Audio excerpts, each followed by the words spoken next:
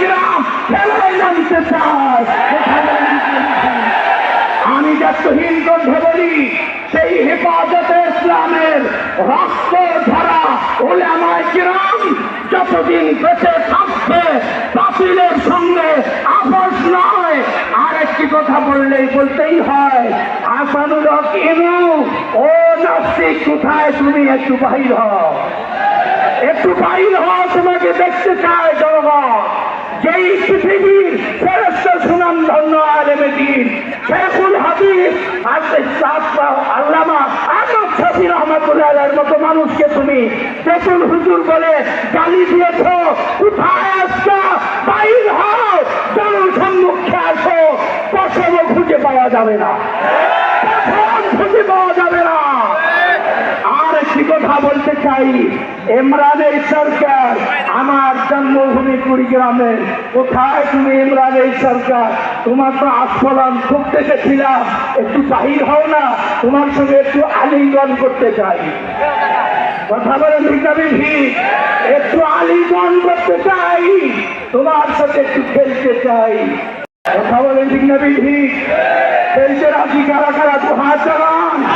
নাস্তিকদের সঙ্গে খেলা হবে, খেলোয়াড় হতে হয়, তারপরে খেলার ঘোষণা দিতে হয়। তোমরা তো হলো প্যারালাইজ খেলোয়াড়, প্রশাসন ছাড়া মাঠে তোমাদেরকে পাওয়া যায় না।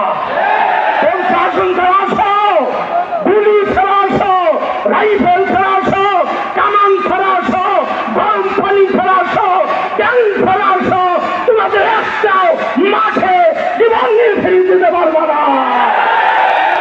একটাও বাড়িতে যেতে পারবা না। ওলামায়ে কেরাম খেলতে জানে, ওলামায়ে কেরামের ট্রেনিং আছে, খেলার ট্রেনিং আছে।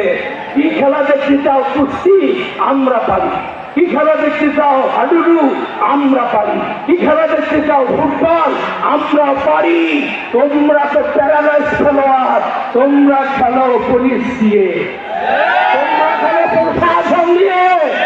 অন্যায় ভাবে পুলিশ প্রশাসনের উপর অত্যাচার চালিয়েছেন, অর্ডার করে বাধ্য করেছেন। তারা বাধ্য হয়েছিল, তারা গুলি চালাইতে চাইনি। আমার কাছে এক প্রশাসনের ভাই বলেছে, হুজুর শাপলা চত্বরে দিন, আমাকে গুলি তো ফায়ার দেখাইতেই হবে। খোদার কসম, আমার অন্তরে মায়া লেগেছে। এই টুপিওয়ালা আল্লাহওয়ালার বুকে কেমনি গুলি চালাই, আমি আসমানের দিকে, আকাশের দিকে গুলি চালাইছিলাম, না হলে তো আমার চাকরি থাকবে না, আমাকে ফায়ার দেখাইতেই হবে।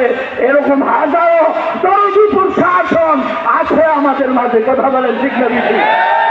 কিন্তু লা তাআতা লিমাখলুকিন ফি মাসিয়াতিল খালিক, যেই প্রশাসন তার সাথে দালাল ছিল সরকারের, তারাই নির্বিচারে নিরীহ ওলামায়ে কেরামের উপর গুলি চালিয়েছে, ইস্তিগফার চালিয়েছে, দাড়ি ধরে লাঠি মেরেছে।